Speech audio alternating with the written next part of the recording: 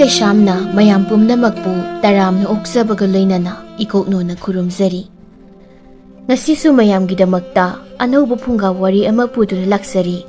Wari asigi mamingna Naitom Satpi Kumbirei Leirang wari asibu ibirakpana Yunisun Lai Khuram.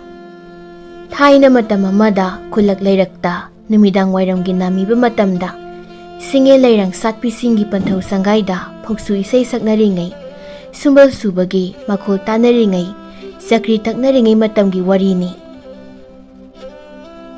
Panthau khenjong sangaida awang laiji sitekta maka phanna madom tarak hauduna satlibi singe leisakna thoina hena ningthina tomsatnaribi Kumbirei haiba leirang magi koloi lauduna thonkiba ningol oibi Kumbirei mangol aduda kaptrengda lasing maru haptuna maru lokthoknaba kana hotnari.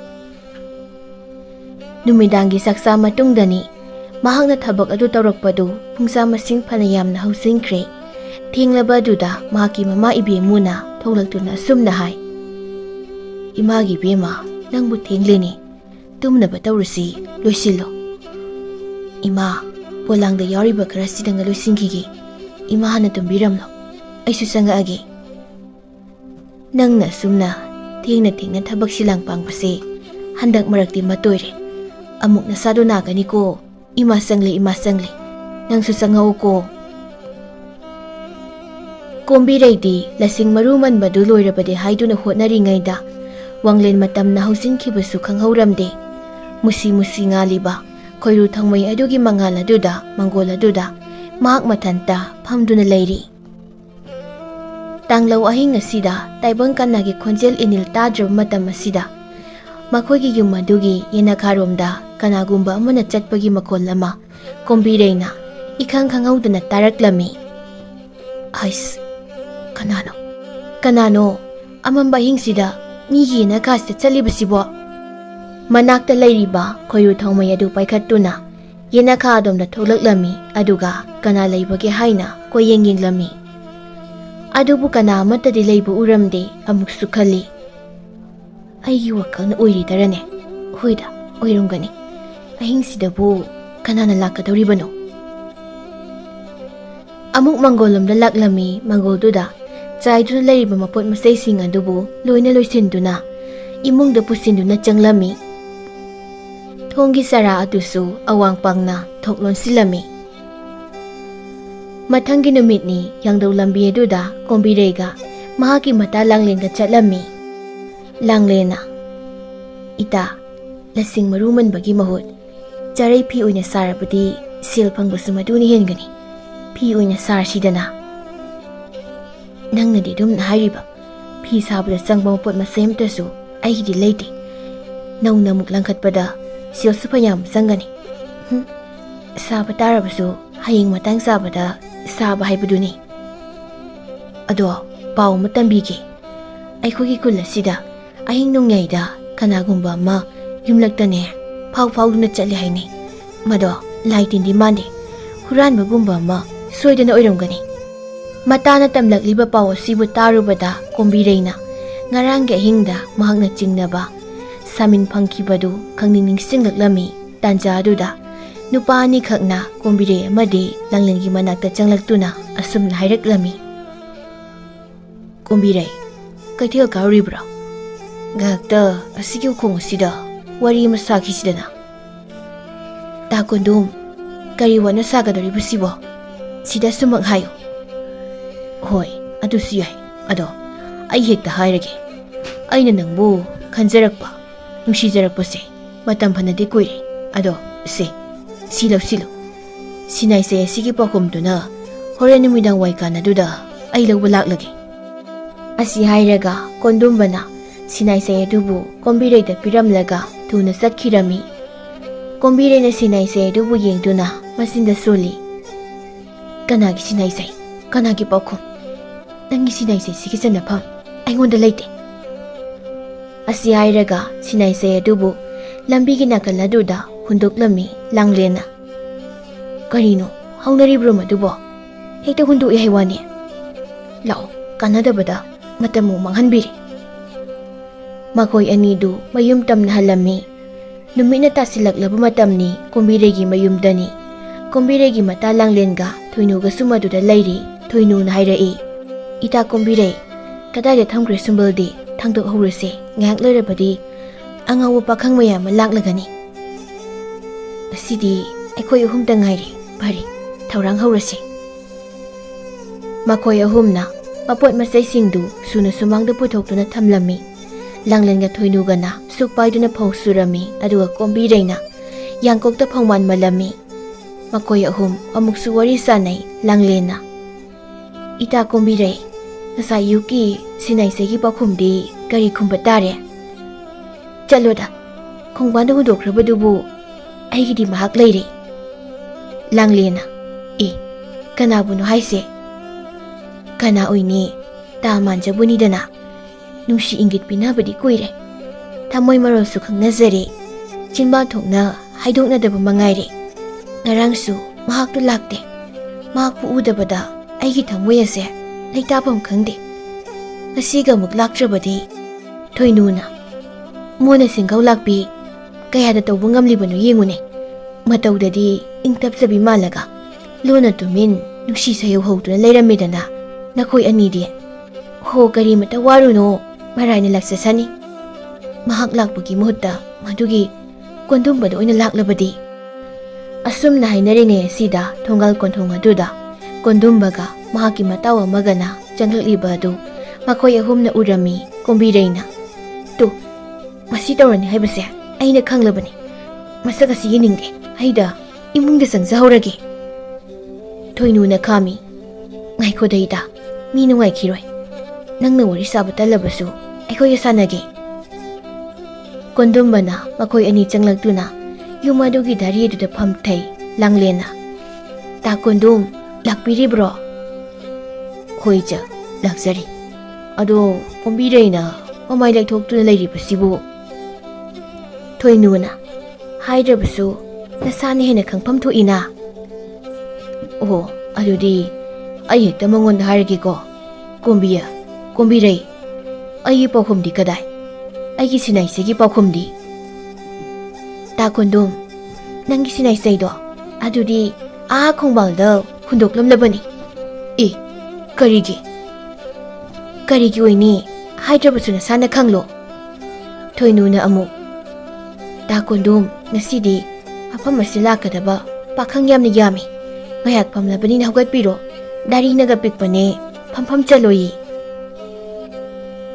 Nakhoi ise aibu taliba kai haibaduro. Aisi kanano haiba nakhoi asa khangdra male. Tanja sida thongalgi konthongdu hangdoktuna nupa ani masu changlaklami. Nupa ani asi manjaga matau thoibagani. Langlena mata Kumbireida kuningna kak illaga michiedu khatli. Kumbireina mifam hongluba matamda pamubu mahakna changlakliba adu urami. Thamoi lakata harauzarami. Manjana Kumbireida yengduna Kumbi phongman khalibro? Ibung lakpiri changao phida thasagi. Asi hairaga mangolda thamliba kaunagi phagadubu lauthokduna dari mapana tharami aduga ibungani sida phambiyo hidak nganthak semjarake. Manjaga thoibagana dari duda phamthai. Kumbireini imungda sangduna hidak semli thoibana makhoi anigi nakana phamliba nupa ani dubu yengduna hairai. Tamba nupa ani phidadaga phamdrabadi kaidore makhoina phida thabidrabo. Kondumbana nathau leiti phamningduna phamlibani. Langlena kondumbada yengduna ta kondum kayara khana haikhu hairibano khulak lekai ase yamna saubani. Atopa yum amada amuk sangbiruro leisa singna thabak loisinbanane hankhigani. Kondumbadi salkhraroi haina khanduna adumak phamduna leirami. Kumbireini imungdagi hidak nganthak ama puthoraklaga manjada pirami. Ta manja se hidak ase phanbiyo. Kumbi nang susida phamudana aikhoi ani wari sakhise. Kumbireisu kondumbagi mamangda tawgi yauna phamtharami. Manjana Kumbireida yengduna Kumbi ai nangonda karino mapige.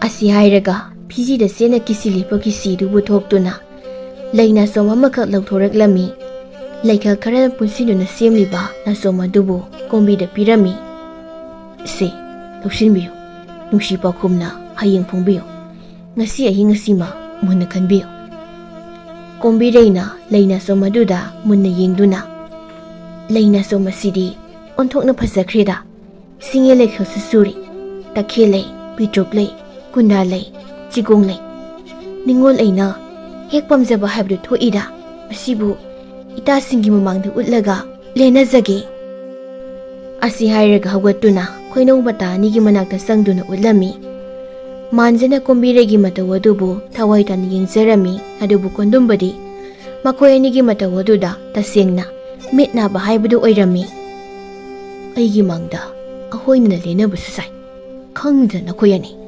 nushi khudul oinaribana sumabu aigi khompak sina soida na thakigani aigi sinai saibuna latna dun langthokpa phamlam madu phuk hawatuna thuna yangna thokirami kombirai langlen amadi thoinuna kondumbagi matawodubu yengduna noktuna lehawi manjana sangsilaktuna hanglai asibu kanano yamna sauna busakri thoinuna ha kanabu ini mamina kondumba gaubani ita kombireida paminu sitata na hariba misakni tamanja nang itabune cheksina sinau jauko kombirese leisabini kana magi mapu wajibini panthau sangai da laringai matamdadi chinglo hen binusagi haunasa mangau tiba khoimu kayana pairakpa ngangba haibasidi haunasani thoina khanjiningai leiteda langlena adumna line haidokpasu tawbigano kondumbase yamna phattaba mini itaga na khoyani gi nusi lambida mairau singko oiduna tingkhang tumbogi saktam lautuna ayet apan pirakpadi khaksoiroi aduna cheksinba sina maruni manjana hoise phare aikhoisu nakhoigi mateng panglake sukto aikhoida piyo aikhoi phau subirake manja madi thoibana sukpaiduna phau suri aduga leisabi makhoi ahumna phau khapli pakhang leisa singna asiguma matam asida wari sanaba mateng pangnaba sida makhoi mama mabasu wa mata hainade masi thawong asina mamang apaba phangba yabagi asauba lambi ama oina sulaunarami somdana kondumana wakhalda khalli aina kombirebo asuki matek pamjabase mahaknadi karisuna sumbideko pambai kaya thirakpada sinai se duda aina laisun tawduna mahaki mafamda thamalaga mahaki thamoibu themge haina tawbani adubu mahakna hundokhrabani pumnamak arima tare aduga madugi nupaduna aigi lambida ayetpasu oi mahakpu hana hataba yadi ai nakoyani gi panthung pamdi aina kaidumnungda khak yohankraroi numidangi matamni kombirai mahaki ningol kagi phamjauda tumthabada mangairi ahingi sikhunba matam asida kombiregi inakha aduda kanagumba amana chatpagi makhol ama taraklami kombirai tumlamba do makeup khangthok thoklami mana kongani do thangatuna makhol adubu tarami masi taibam soidina oigani taibang mina thangbu khongthangi makhoni mahakna somna ahin khudingda tamna laisaduna yumgi na kanyenguna sida akiba piraklibase numit masing yamsilakli khulle kaisida numidang khudingda yumlak phawna chatle haba nupado soidina oirangani kanabu oirigaba mathangi numitni numina koktondagi khajik nyam tharaba matungni ningthibi thambalna phugaina satuna leikriba pat adugi mapalda manjaga kombirega phamduna wari sanarami aigi nasongi pakhumdi kadai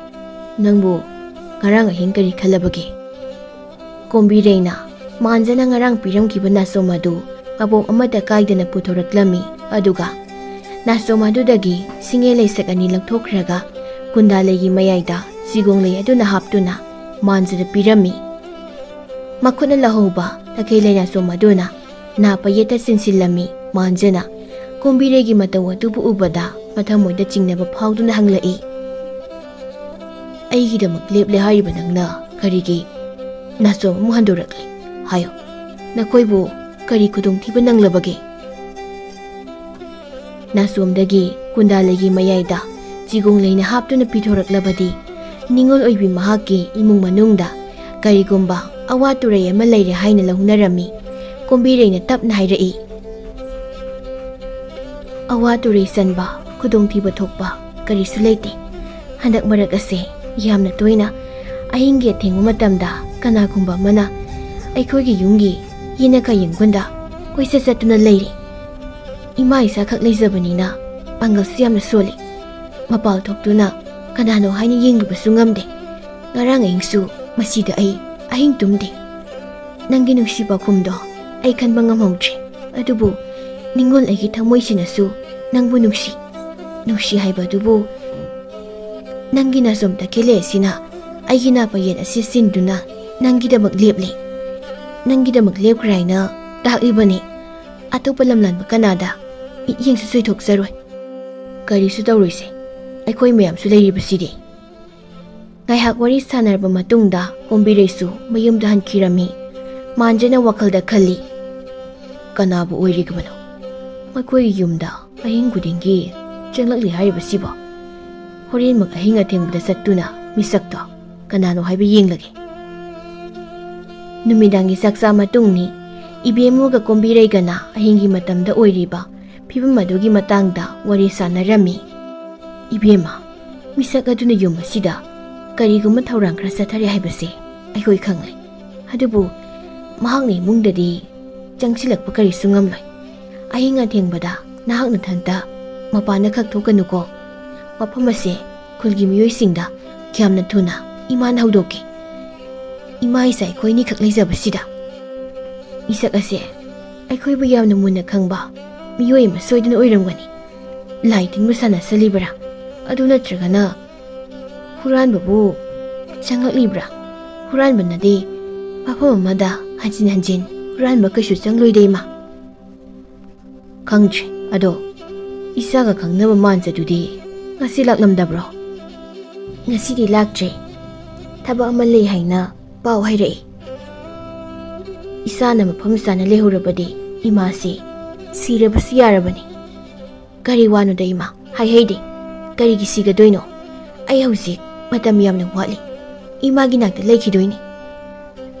Imana phagi tawbanida sese thengle tumnaba tawrasi. Ibemusu magi kada sangduna tumkhre kombiresu tumkhre.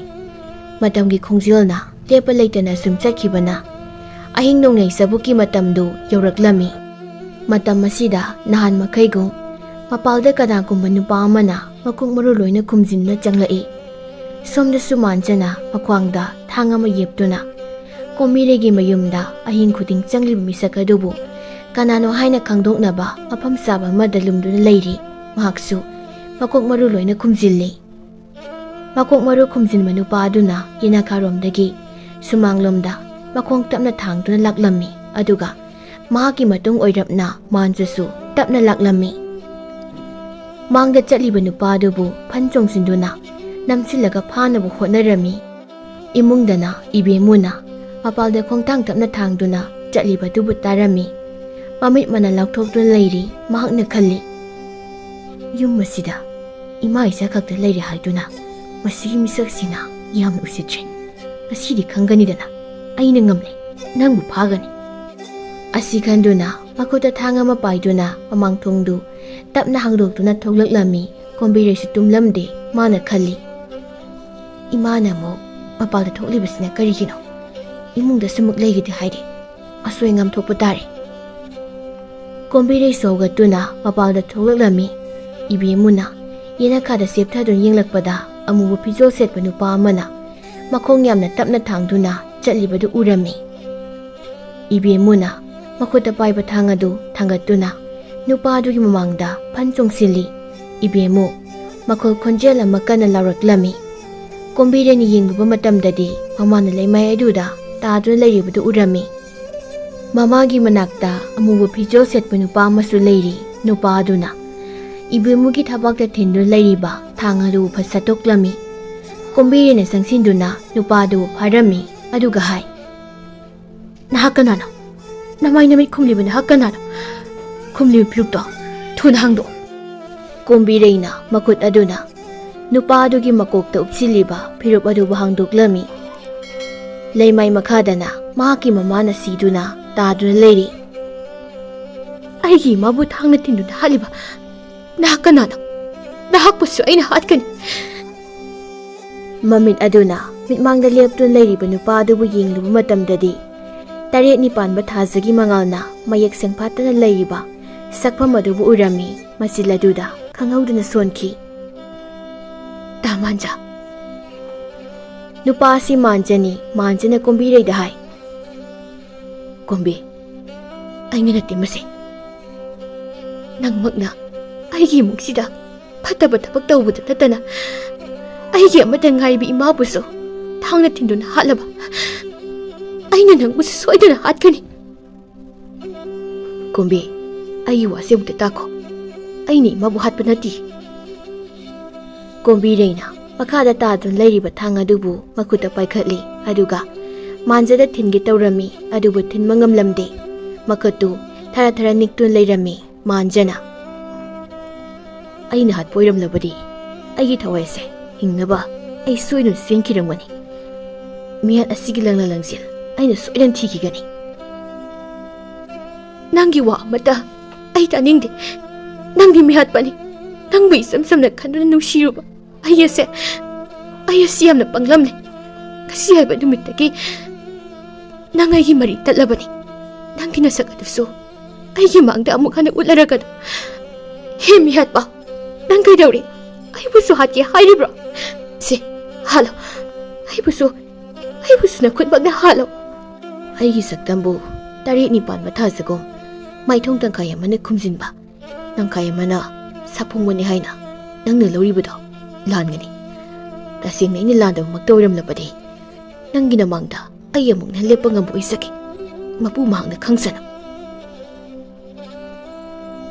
ꯃꯥꯟꯖꯥ ꯃꯐꯝ ꯑꯗꯨ ꯊꯥꯗꯣꯛꯇꯨꯅ ꯆꯠꯈꯤꯔꯝꯃꯤ꯫ ꯀꯣꯝꯕꯤꯔꯩꯅ ꯃꯃꯥꯒꯤ ꯑꯁꯤꯕ ꯍꯛꯆꯥꯡ ꯑꯗꯨꯕꯨ ꯀꯣꯟꯗꯨꯅ ꯀꯞꯂꯝꯃꯤ꯫ ꯀꯣꯝꯕꯤꯔꯩꯒꯤ ꯋꯥꯈꯜꯗꯗꯤ ꯃꯍꯥꯛꯀꯤ ꯃꯃꯥꯕꯨ ꯃꯥꯟꯖꯅ ꯍꯥꯠꯂꯤꯕꯅꯤ ꯍꯥꯏꯅ ꯂꯧꯔꯝꯃꯤ꯫ ꯋꯥꯐꯝ ꯑꯁꯤ ꯀꯗꯥꯏ ꯐꯥꯎꯕ ꯆꯨꯝꯂꯤꯕꯅꯣ ꯂꯥꯜꯂꯤꯕꯅꯣ ꯍꯥꯏꯕꯗꯤ ꯅꯣꯡꯃꯗꯤ ꯁꯣꯏꯗꯅ ꯈꯪꯂꯛꯈꯤꯒꯅꯤ꯫ ꯅꯨꯃꯤꯠ ꯈꯔꯅꯤꯒꯤ ꯃꯇꯨꯡꯅꯤ ꯃꯥꯟꯖꯥ ꯃꯌꯨꯝꯗ ꯂꯩꯈꯤꯗ꯭ꯔꯦ꯫ ꯃꯐꯝ ꯈꯪꯗꯅ ꯃꯥꯡꯈ꯭ꯔꯦ꯫ ꯅꯨꯃꯤꯠ ꯈꯔꯅꯤ ꯑꯁꯤꯗ ꯀꯣꯝꯕꯤꯔꯩꯒꯤ ꯃꯌꯨꯝꯗ ꯅꯨꯃꯤꯠ ꯈꯨꯗꯤꯡꯒꯤ ꯑꯍꯤꯡꯗ ꯆꯠꯂꯝꯕ ꯅꯨꯄꯥꯗꯨꯁꯨ ꯆꯠꯈꯤꯗ꯭ꯔꯦ, ꯂꯥꯛꯈꯤꯗ꯭ꯔꯦ꯫ ꯂꯥꯡꯂꯦꯟꯅ ꯀꯣꯝꯕꯤꯔꯩꯗ ꯍꯥꯏ, ꯀꯣꯝꯕꯤꯔꯩ, ꯇꯥ ꯃꯥꯟꯖꯅ ꯃꯌꯨꯝꯗ ꯍꯟꯖꯤꯜꯂꯛꯇꯕ ꯅꯨꯃꯤꯠ ꯃꯁꯤꯡꯁꯦ ꯌꯥꯝꯂꯕ ꯃꯥꯜꯂꯤ꯫ ꯊꯕꯛ ꯑꯁꯦ ꯃꯍꯥꯛꯅ ꯇꯧꯔꯝꯒꯅꯤ ꯍꯥꯏꯕꯗꯤ ꯑꯩꯅ ꯈꯛ ꯊꯥꯖꯗꯦ꯫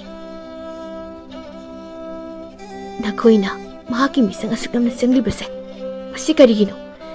ꯑꯩꯒꯤ ꯃꯤꯠꯃꯛꯇꯗꯅꯤ ꯃꯍꯥꯛꯅ ꯑꯩꯒꯤ ꯏꯃꯥꯒꯤ ꯊꯕꯥꯛꯇ ꯌꯨꯡꯗꯨ ꯂꯩꯔꯤꯕ ꯊꯥꯡ ꯑꯗꯣ ꯃꯥꯅ ꯁꯠꯇꯣꯛꯈꯤꯕꯗꯣ꯫ ꯑꯩꯅ ꯃꯥꯕꯨ ꯐꯥꯎꯕꯅꯤ꯫ ꯊꯕꯛ ꯑꯁꯦ ꯃꯍꯥꯛꯅ ꯇꯧꯕꯅꯤ꯫ ꯑꯗꯨꯅꯕꯨ ꯃꯌꯨꯝꯗ ꯍꯜꯂꯛꯇꯈꯩ ꯃꯐꯝ ꯈꯪꯗꯅ ꯃꯥꯡꯈ꯭ꯔꯤꯕꯁꯤꯅꯤ꯫ ꯃꯍꯥꯛꯅ ꯑꯁꯤꯒꯨꯝꯕ ꯊꯕꯛꯁꯦ ꯇꯧꯔꯝꯒꯅꯤ ꯍꯥꯏꯕ ꯅꯪꯕꯨ ꯊꯥꯖꯕ꯭ꯔꯅꯦ? ꯃꯤꯠꯁꯤꯅ ꯇꯁꯦꯡꯅ ꯎꯔꯨꯕꯗꯨ ꯐꯥꯎꯕ ꯀꯔꯝꯅ ꯃꯍꯥꯛꯄꯨ ꯊꯥꯖꯔꯦ ꯍꯥꯏꯗꯣꯏꯅꯣ? ꯃꯍꯥꯛꯀꯤ ꯅꯨꯡꯁꯤꯕꯗꯨꯗꯤ ꯃꯤꯅꯝꯕꯅꯤ꯫ ꯀꯔꯤꯒꯨꯝꯕ ꯑꯣꯏꯖ ꯈꯔꯒꯤꯗꯃꯛ ꯑꯩꯕꯨ ꯅꯨꯡꯁꯤꯕ ꯁꯥꯁꯤꯟꯅꯔꯝꯕꯅꯤ꯫ ꯑꯗꯨꯕꯨ ꯑꯩꯒꯤ ꯏꯈꯨꯠꯇ ꯄꯥꯏꯕ ꯊꯥꯡ ꯑꯗꯨꯅ ꯃꯍꯥꯛꯄꯨꯗꯤ ꯊꯤꯟꯕ ꯉꯝꯈꯤꯗꯦ꯫ ꯃꯔꯝꯗꯤ ꯃꯥꯕꯨ ꯑꯩꯅ ꯊꯃꯣꯏ ꯁꯦꯡꯅ ꯅꯨꯡꯁꯤꯔꯨꯕꯅ꯫ ꯃꯤꯍꯥꯠꯄ ꯃꯍꯥꯛꯇꯤ ꯃꯐꯝ ꯈꯪꯗꯅ ꯃꯥꯡꯈ꯭ꯔꯁꯅꯨ꯫ ꯑꯃꯨꯛ ꯍꯟꯅ ꯃꯐꯝꯁꯤꯗ ꯃꯍꯥꯛ ꯂꯥꯛꯇꯕꯁꯨ ꯑꯣꯏꯁꯅꯨ꯫ ꯑꯁꯨꯝꯅ ꯋꯥꯔꯤ ꯁꯥꯟꯅꯔꯤꯉꯩ ꯇꯥꯟꯖꯥ ꯑꯁꯤꯗ ꯀꯣꯟꯗꯨꯝꯕꯗꯨ ꯆꯪꯂꯛꯂꯝꯃꯤ꯫ ꯗꯥꯔꯦꯗꯨꯗ ꯐꯝꯊꯩ ꯀꯣꯝꯕꯤꯔꯩꯕꯨ ꯌꯦꯡꯗꯨꯅ ꯍꯥꯏꯔꯛꯏ, ꯀꯣꯝꯕꯤ, ꯋꯥꯈꯜ ꯍꯦꯟꯅ ꯈꯟꯖꯤꯟꯕꯁꯨ ꯇꯧꯈꯤꯅꯨ꯫ ꯅꯪꯒꯤ ꯅꯃꯥꯕꯨ ꯍꯥꯠꯄ ꯃꯥꯟꯖꯗꯣ ꯑꯩꯅ ꯐꯪꯅꯕ ꯊꯤꯔꯤ꯫ ꯃꯤꯍꯥꯠꯄ ꯃꯥꯒꯨꯝꯕꯅ ꯀꯌꯥꯝ ꯀꯨꯏꯅ ꯂꯣꯠꯇꯨꯅ ꯂꯩꯕ ꯉꯝꯒꯗꯧꯔꯤꯕꯒꯦ?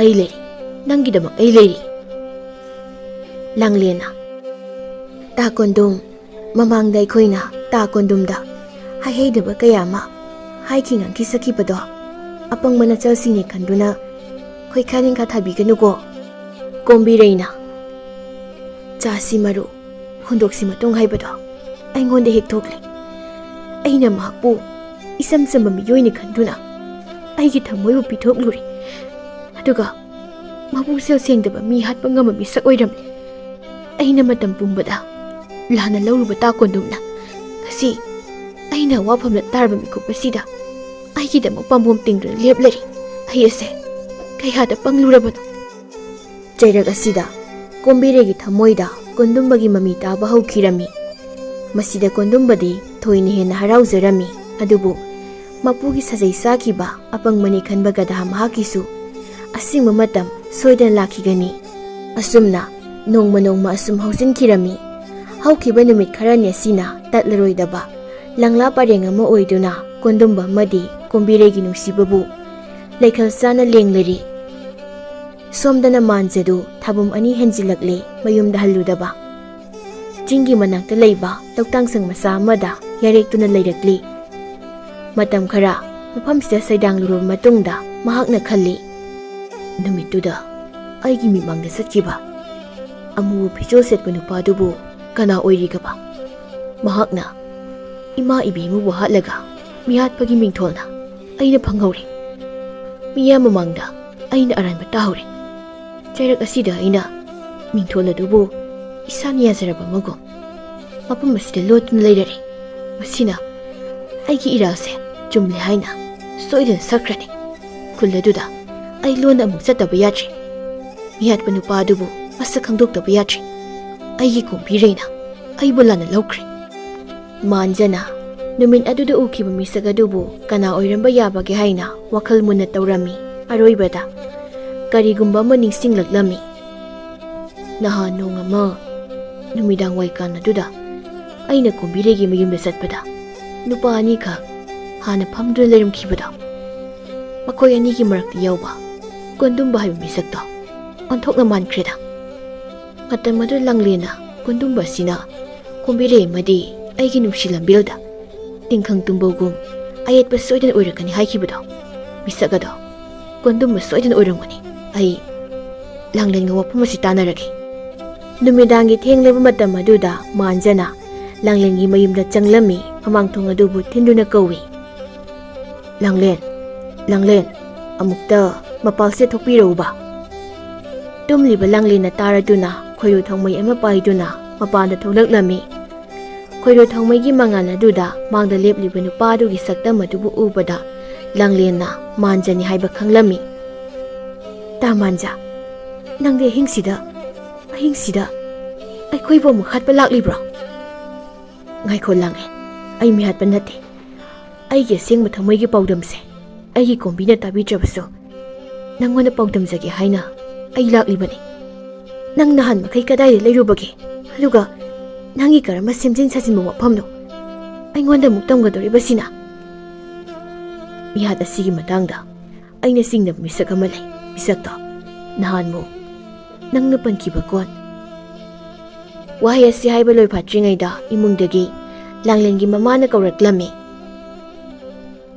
ꯂꯪꯂꯦꯟ ꯃꯄꯥꯟꯗꯨꯗ ꯀꯅꯥꯒꯅꯣ ꯅꯪꯅ ꯋꯥꯔꯤ ꯁꯥꯔꯤꯕꯗꯨꯕꯣ ꯂꯪꯂꯦꯟꯅ ꯃꯥꯟꯖꯗ ꯌꯦꯡꯂꯒ ꯏꯃꯥ ꯊꯣꯛꯂꯛꯄ ꯇꯥꯔꯦ ꯅꯪ ꯆꯠꯈ꯭ꯔꯣ ꯑꯩ ꯆꯪꯉꯤ ꯑꯁꯤ ꯍꯥꯏꯔꯒ ꯏꯃꯨꯡꯗ ꯆꯪꯈꯤꯔꯝꯃꯤ ꯃꯥꯟꯖꯁꯨ ꯑꯗꯨꯃꯛ ꯌꯨꯝ ꯑꯗꯨꯗꯒꯤ ꯊꯣꯛꯂꯛꯂꯝꯃꯤ ꯃꯊꯪꯒꯤ ꯅꯨꯃꯤꯠꯅꯤ ꯂꯪꯂꯦꯟꯅ ꯀꯣꯝꯕꯤꯔꯩꯒꯤ ꯃꯌꯨꯝꯗ ꯆꯠꯇꯨꯅ ꯄꯥꯎ ꯇꯝꯂꯝꯃꯤ ꯀꯣꯝꯕꯤ ꯉꯔꯥꯡꯗꯣ ꯑꯍꯤꯡ ꯅꯣꯡꯌꯥꯏꯗꯨꯗ ꯃꯥꯟꯖꯗꯣ ꯑꯩꯈꯣꯏꯗ ꯂꯥꯛꯂꯝꯃꯤ ꯈꯣꯏꯁꯥꯎꯅꯔꯕꯤ ꯀꯣꯝꯕꯤꯔꯩꯅ ꯈꯨꯝꯃꯤ ꯃꯌꯦꯛꯅ ꯇꯥꯛꯄ ꯑꯁꯨꯝ ꯍꯦꯟꯖꯤꯜꯂꯛꯂꯦ ꯃꯇꯝ ꯈꯔꯒꯤ ꯃꯃꯥꯡꯗ ꯑꯩꯈꯣꯏꯒꯤ ꯌꯨꯝꯗ ꯑꯍꯤꯡ ꯈꯨꯗꯤꯡꯗ ꯅꯨꯄꯥ ꯑꯃ ꯆꯪꯂꯛꯂꯦ ꯍꯥꯏꯅ ꯇꯧꯅꯕꯗꯣ ꯃꯥꯟꯖ ꯑꯣꯏꯔꯝꯕꯗꯣ ꯍꯧꯖꯤꯛꯅ ꯅꯈꯣꯏꯒꯤ ꯌꯨꯝꯗ ꯑꯃꯨꯛ ꯌꯧꯔꯛꯂꯕꯣꯏꯔꯦ ꯏꯇꯥ ꯅꯪ ꯆꯦꯛꯁꯤꯟꯅ ꯂꯩꯌꯨꯀꯣ ꯉꯥꯏꯈꯣꯗ ꯑꯗꯨꯝꯅ ꯂꯥꯟꯅ ꯍꯦꯛꯇ ꯈꯟꯈꯤꯅꯨ ꯃꯍꯥꯛꯅꯗꯤ ꯃꯍꯥꯛ ꯃꯤꯍꯥꯠꯄ ꯅꯠꯇꯦ ꯍꯥꯏꯅ ꯍꯥꯏꯔꯤꯌꯦ ꯃꯤꯍꯥꯠꯄ ꯃꯤ ꯑꯃꯅꯕꯨ ꯃꯁꯥꯅ ꯃꯤꯍꯥꯠꯄꯅꯤ ꯍꯥꯏꯅ ꯀꯔꯝꯅ ꯍꯥꯏꯖꯒꯅꯤ ꯇꯥꯟꯖꯥ ꯑꯗꯨꯗ ꯀꯣꯟꯗꯨꯝꯕꯕꯨ ꯀꯣꯝꯕꯤꯔꯩꯒꯤ ꯃꯌꯨꯝꯗ ꯂꯥꯛꯂꯝꯃꯤ ꯀꯣꯝꯕꯤꯔꯩꯅ ꯀꯣꯟꯗꯨꯝꯕꯒꯤ ꯃꯐꯝꯗ ꯄꯥꯎ ꯑꯗꯨꯕꯨ ꯇꯝꯂꯝꯃꯤ ꯀꯣꯟꯗꯨꯝꯕꯅ ꯀꯔꯤ ꯍꯥꯏꯕ ꯃꯥꯟꯖꯗꯨ ꯑꯃꯨꯛ ꯂꯥꯛꯂꯦ ꯍꯥꯏꯕ ꯃꯍꯥꯛ ꯑꯩꯒ ꯍꯦꯛ ꯊꯦꯡꯅꯕ ꯃꯤꯀꯨꯞꯇ ꯑꯩꯅ ꯁꯣꯏꯗꯅ ꯍꯥꯠꯂꯒꯗꯕꯅꯤ ꯀꯣꯝꯕꯤ ꯑꯩꯅ ꯂꯥꯛꯂꯤꯕꯁꯦ ꯋꯥ ꯑꯃ ꯍꯥꯏꯒꯦ ꯍꯥꯏꯅ ꯂꯥꯛꯂꯤꯕꯅꯤ ꯑꯋꯥꯡꯄꯥꯠꯇ ꯊꯝꯅꯥ ꯈꯦꯟꯖꯣꯡꯂꯛꯇ ꯊꯝꯕꯥꯜ ꯌꯥꯝꯅ ꯁꯥꯠꯍꯧꯏ ꯍꯌꯦꯡꯁꯦ ꯑꯩꯒ ꯀꯣꯏꯊꯣꯛꯂꯨꯁꯤ ꯅꯪꯁꯨ ꯌꯨꯝꯗ ꯁꯨꯝ ꯂꯩꯁꯤꯟꯕꯗ ꯍꯩꯅꯔꯝꯂꯔꯣꯏ ꯑꯩ ꯑꯃꯨꯛ ꯆꯠꯂꯒꯦ ꯁꯣꯏꯒꯅꯨꯀꯣ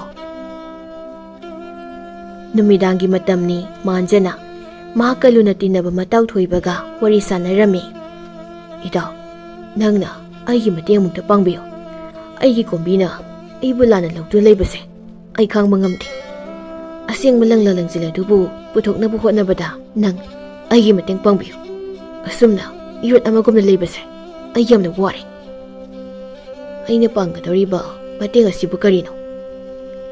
ꯑꯩꯅ ꯆꯤꯡꯅꯔꯤꯕ ꯃꯤꯁꯛꯁꯦ ꯑꯇꯩ ꯀꯅꯥꯁꯨ ꯅꯠꯇꯦ, ꯀꯣꯝꯕꯤꯔꯩꯒ ꯃꯔꯤ ꯂꯩꯅꯔꯤꯕ ꯀꯣꯟꯗꯨꯝꯕꯕꯨꯅꯤ꯫ ꯅꯪꯒ ꯇꯤꯟꯅꯕ ꯅꯇꯥꯎ ꯁꯅꯥꯍꯜꯗꯣ ꯀꯣꯟꯗꯨꯝꯕꯒꯁꯨ ꯇꯤꯟꯅꯕꯗꯥꯏꯅꯦ꯫ ꯁꯅꯥꯍꯜꯗ ꯄꯥꯎ ꯑꯁꯦ ꯇꯝꯗꯨꯅ ꯀꯣꯟꯗꯨꯝꯕꯒ ꯋꯥꯔꯤ ꯁꯥꯟꯅꯍꯟꯁꯤ꯫ ꯅꯨꯃꯤꯠ ꯑꯗꯨꯒꯤ ꯋꯥꯔꯤꯗꯨꯒꯤ ꯃꯇꯥꯡꯗ ꯋꯥꯔꯤꯗꯣ ꯍꯧꯗꯣꯛꯍꯜꯂꯣ꯫ ꯑꯩ ꯂꯣꯟꯅ ꯂꯨꯝꯗꯨꯅ ꯇꯥꯒꯦ꯫ ꯃꯁꯤ ꯅꯠꯇꯅ ꯎꯄꯥꯏ ꯑꯝꯇ ꯂꯩꯇ꯭ꯔꯦ꯫ ꯐꯔꯦ, ꯑꯩ ꯃꯇꯦꯡ ꯄꯥꯡꯂꯒꯦ꯫ ꯍꯧꯖꯤꯛꯃꯛ ꯆꯠꯁꯤ꯫ ꯊꯣꯏꯕꯅ ꯃꯇꯥꯎ ꯁꯅꯥꯍꯜꯒ ꯎꯅꯗꯨꯅ ꯍꯥꯏꯔꯝꯃꯤ꯫ ꯏꯇꯥꯎ, ꯅꯪꯒ ꯇꯤꯟꯅꯕ ꯀꯣꯟꯗꯨꯝꯕꯒꯤ ꯃꯅꯥꯛꯇ ꯆꯠꯇꯨꯅ ꯀꯣꯝꯕꯤꯔꯩꯒꯤ ꯃꯃꯥ ꯏꯕꯦꯝꯃꯨꯅ ꯁꯤꯈꯤꯕꯒꯤ ꯋꯥꯔꯤꯗꯣ ꯑꯗꯨꯒꯤ ꯃꯇꯥꯡꯗ ꯋꯥꯔꯤ ꯍꯧꯗꯣꯛꯑꯣ꯫ ꯅꯈꯣꯏ ꯑꯅꯤꯗꯤ ꯌꯥꯝꯅ ꯂꯨꯅꯁꯨ ꯇꯤꯟꯅꯕꯅꯤꯅ ꯅꯪꯉꯣꯟꯗ ꯁꯣꯏꯗꯅ ꯑꯁꯦꯡꯕꯗꯣ ꯍꯥꯏꯔꯛꯀꯅꯤ꯫ ꯏꯇꯥꯎ ꯃꯥꯟꯖꯒꯦ ꯃꯇꯦꯡ ꯑꯃꯨꯛꯇ ꯄꯥꯡꯕꯤꯌꯨ꯫ ꯃꯍꯥꯛ ꯍꯧꯖꯤꯛ ꯃꯐꯝꯁꯤꯗ ꯂꯩꯔꯦ꯫ ꯃꯇꯝ ꯑꯗꯨꯗ ꯃꯈꯣꯏ ꯑꯍꯨꯝꯗꯨ ꯀꯣꯟꯗꯨꯝꯕꯒꯤ ꯃꯌꯨꯝꯗ ꯆꯠꯂꯝꯃꯤ꯫ ꯊꯣꯏꯕꯒ ꯃꯥꯟꯖꯒꯅ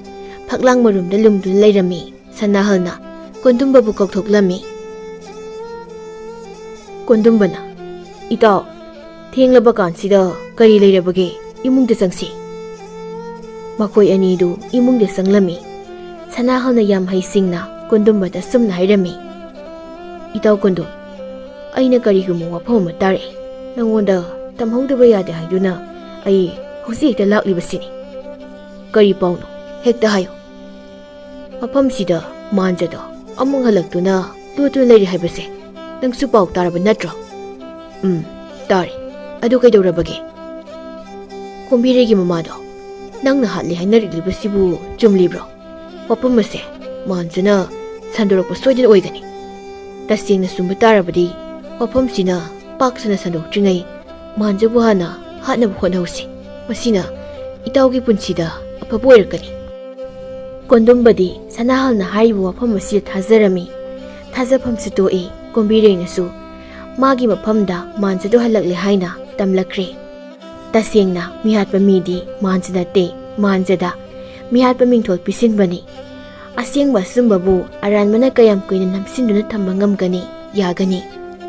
ꯃꯥꯟꯖꯅ ꯑꯁꯦꯡꯕ ꯄꯨꯝꯕ ꯃꯤꯌꯥꯝꯗ ꯇꯝꯊꯣꯔꯛꯂꯦ ꯍꯥꯏꯅ ꯈꯟꯗꯨꯅ ꯃꯥꯟꯖꯕꯨ ꯍꯥꯟꯅ ꯍꯥꯠꯍꯧꯔꯁꯤ ꯍꯥꯏꯅ ꯀꯣꯟꯗꯨꯝꯕꯅ ꯁꯅꯥꯍꯜꯒꯤ ꯃꯐꯝꯗ ꯑꯆꯨꯝꯕ ꯋꯥꯐꯝꯁꯤꯡ ꯑꯗꯨꯕꯨ ꯂꯣꯏꯅ ꯍꯥꯏꯗꯣꯛꯂꯝꯃꯤ꯫ ꯑꯩꯅ ꯀꯣꯝꯕꯤꯔꯩꯕꯨ ꯌꯥꯝ ꯅꯨꯡꯁꯤ꯫ ꯁꯤꯅꯥꯏꯆꯩꯗ ꯂꯥꯏꯋꯥ ꯁꯣꯟꯗꯨꯅ ꯐꯥꯎ ꯃꯐꯝꯗ ꯄꯤꯈꯤ꯫ ꯑꯗꯨꯕꯨ ꯃꯍꯥꯛꯅ ꯃꯇꯝ ꯄꯨꯝꯕꯗ ꯑꯩꯒꯤ ꯅꯨꯡꯁꯤꯕꯕꯨ ꯃꯤꯔꯥꯏꯕꯤꯈꯤ꯫ ꯑꯩꯒꯤ ꯃꯤꯠꯃꯥꯡꯗ ꯃꯥꯟꯖꯒ ꯃꯈꯣꯏ ꯑꯅꯤ ꯇꯠꯇꯅ ꯂꯦꯟꯅꯈꯤ꯫ ꯑꯗꯨꯕꯨ ꯑꯩꯅ ꯃꯈꯣꯏ ꯑꯅꯤꯒꯤ ꯃꯔꯤ ꯑꯗꯨꯕꯨ ꯊꯥꯗꯠꯅꯕ ꯍꯥꯏꯗꯨꯅ ꯀꯣꯝꯕꯤꯔꯩꯒꯤ ꯃꯌꯨꯝꯗ ꯑꯍꯤꯡ ꯈꯨꯗꯤꯡꯗ ꯀꯣꯝꯕꯤꯔꯩꯒꯤ ꯊꯋꯥꯏ 5ꯕꯨ ꯑꯩꯅ ꯊꯦꯝꯖꯤꯟꯕ ꯆꯠꯈꯤ꯫ ꯑꯗꯨꯒ ꯃꯥꯟꯖꯕꯨꯁꯨ ꯍꯥꯠꯅꯕ ꯍꯣꯠꯅꯈꯤ꯫ ꯅꯨꯃꯤꯠꯇꯣ ꯀꯣꯝꯕꯤꯔꯩꯒꯤ ꯊꯋꯥꯏ ꯃꯤꯕꯨ ꯅꯥꯎꯊꯦꯝꯕꯒꯤ ꯑꯔꯣꯏꯕ ꯅꯨꯃꯤꯠꯅꯤ꯫ ꯑꯍꯤꯡ ꯑꯗꯨꯗ ꯑꯩ ꯀꯣꯝꯕꯤꯔꯩꯒꯤ ꯃꯌꯨꯝꯗ ꯆꯠꯈꯤ꯫ ꯉꯁꯤꯅ ꯂꯣꯏꯔꯦ꯫ ꯍꯌꯦꯡꯗꯒꯤꯗꯤ ꯑꯩꯅ ꯁꯤꯜꯂꯤꯕ ꯊꯕꯛ ꯄꯨꯝꯅꯃꯛꯁꯦ ꯂꯣꯏꯅ ꯃꯥꯏ ꯄꯥꯛꯂꯒꯅꯤ꯫ ꯀꯣꯝꯕꯤꯔꯩꯅ ꯑꯩꯕꯨ ꯅꯨꯡꯁꯤꯕꯤꯔꯛꯂꯒꯅꯤ꯫ ꯑꯗꯨꯒ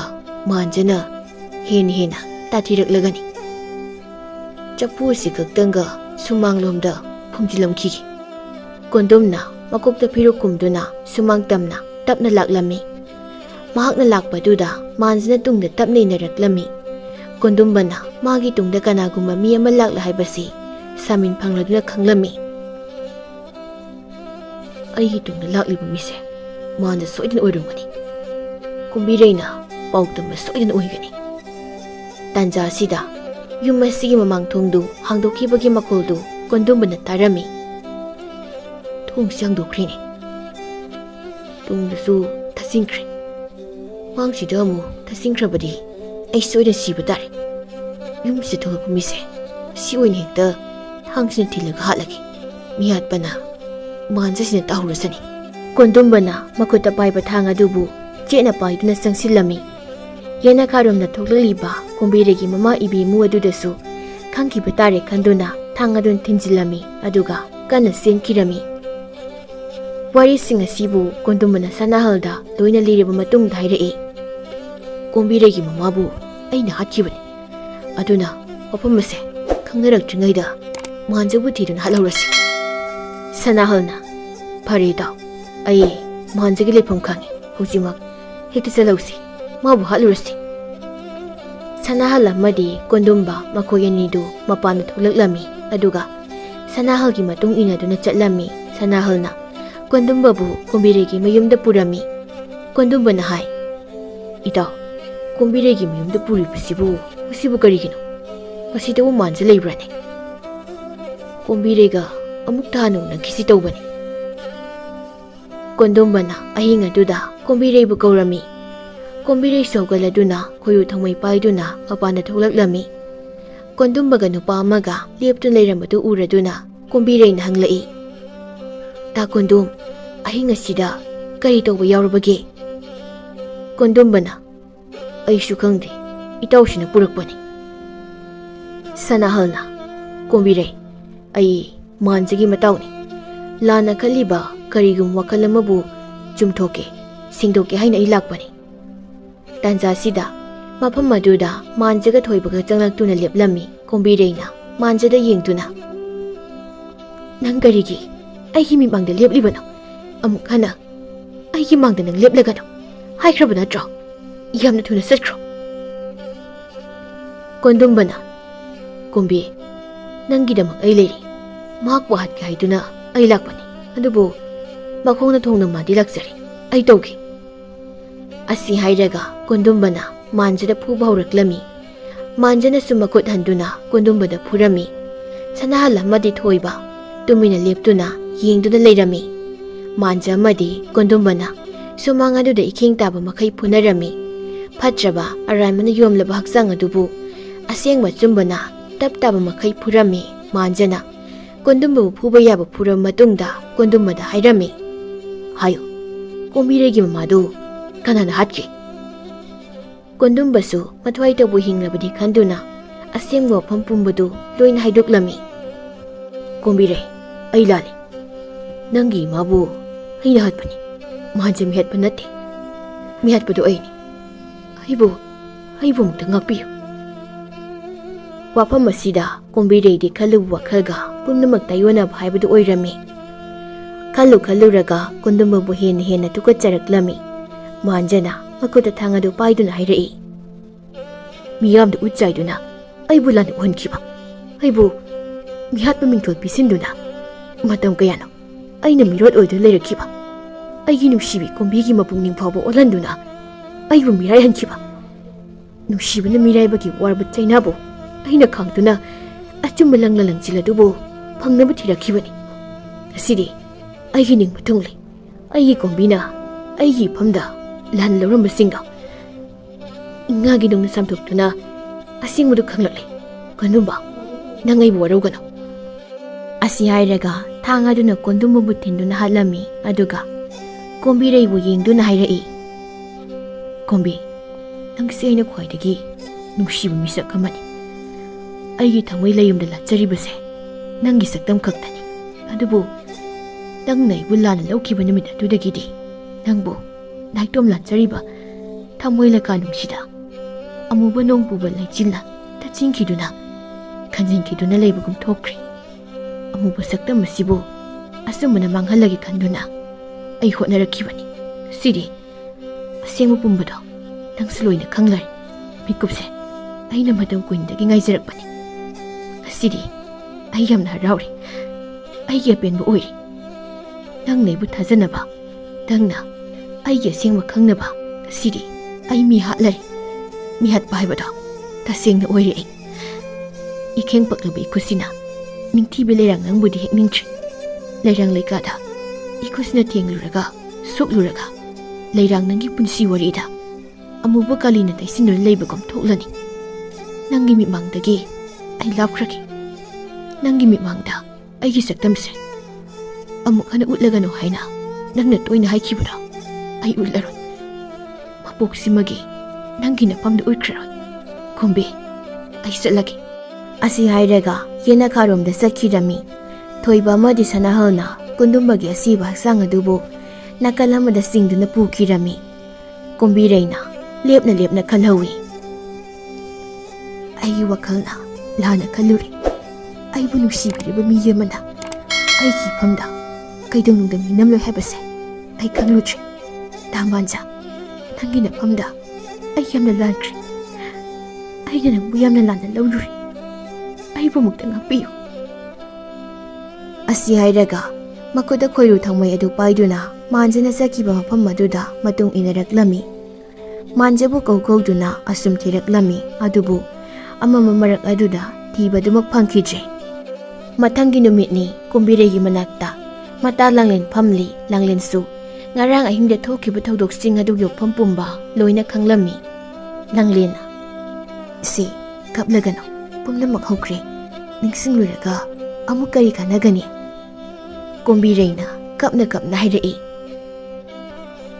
"ꯀꯣꯝꯕꯤ, ꯅꯪꯕꯨ ꯅꯨꯡꯁꯤꯕꯗꯤ ꯉꯁꯤꯒꯤ ꯇꯥꯏꯕꯪꯄꯥꯜ ꯑꯁꯤꯗ ꯑꯅꯤ ꯁꯨꯅ ꯂꯩꯇꯦ ꯍꯥꯏꯅ ꯃꯍꯥꯛꯅ ꯍꯥꯏꯔꯝꯈꯤꯕꯗꯣ ꯑꯩ ꯉꯁꯤꯗꯤ ꯍꯦꯟꯅ ꯅꯤꯡꯁꯤꯡꯂꯛꯏ꯫ ꯅꯤꯡꯁꯤꯡꯕꯒꯤ ꯆꯩꯅꯥꯅ ꯃꯤꯠꯂꯨꯕꯤꯔꯥꯡ ꯑꯁꯤꯁꯨ ꯈꯥꯝꯕ ꯉꯝꯗ꯭ꯔꯦ꯫ ꯃꯥꯗꯤ ꯆꯠꯈ꯭ꯔꯦ, ꯑꯩꯕꯨ ꯋꯥꯔꯧꯅ꯫ ꯑꯩꯅ ꯃꯥꯕꯨ ꯂꯥꯟꯅ ꯂꯧꯔꯨꯕꯅ ꯄꯣꯂꯣꯏꯗ ꯀꯥꯏꯅ ꯃꯩꯁꯥ ꯂꯥꯡꯍꯧꯔꯦ꯫ ꯑꯄꯪꯕ ꯊꯃꯣꯏꯅꯗꯤ ꯀꯞꯆꯧ, ꯂꯧꯅꯕ ꯋꯥꯍꯩꯗ ꯊꯥꯖꯔꯨꯕ ꯑꯩꯒꯤ ꯏꯔꯥꯜꯅꯤ."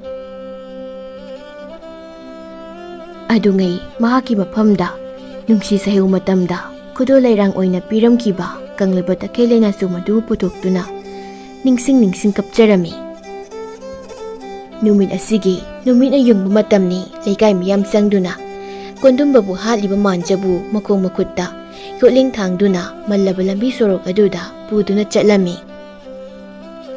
ꯂꯥꯡꯂꯦꯟꯅ ꯆꯦꯜꯂꯛꯇꯨꯅ ꯀꯣꯝꯕꯤꯔꯩꯗ ꯄꯥꯎ ꯇꯝꯂꯝꯃꯤ꯫ ꯀꯣꯝꯕꯤꯔꯩ, ꯇꯥꯃꯥꯟꯖꯗꯣ ꯁꯣꯔꯣꯛꯇ." ꯇꯥꯃꯥꯟꯖ ꯀꯩꯗꯧꯔꯕꯒꯦ?"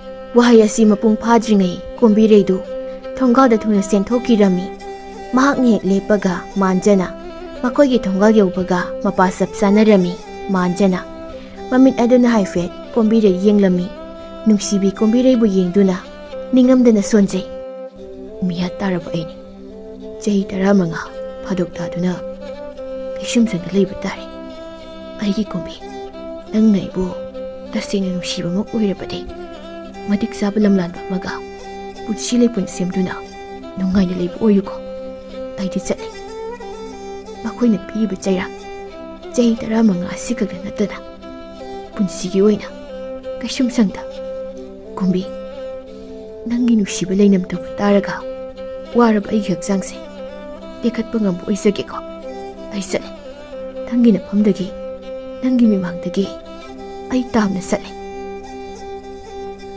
ꯀꯣꯝꯕꯤꯔꯩꯁꯨ ꯃꯥꯟꯖꯕꯨ ꯌꯦꯡꯗꯨꯅ ꯆꯤꯟꯕꯥꯜ ꯊꯣꯛꯅ ꯋꯥꯍꯩꯗꯤ ꯍꯥꯏꯕ ꯉꯝꯖꯗ ꯊꯃꯣꯏꯅꯨꯡꯗ ꯃꯈꯣꯜ ꯊꯣꯛꯅ ꯍꯥꯏꯔꯤ꯫ "ꯅꯪꯒꯤ ꯀꯣꯝꯕꯤꯕꯨ ꯅꯨꯡꯁꯤꯗ꯭ꯔꯕꯣ? ꯑꯩꯕꯨ ꯋꯥꯔꯧꯔꯤꯕ꯭ꯔꯣ ꯅꯍꯥꯛꯄꯨ?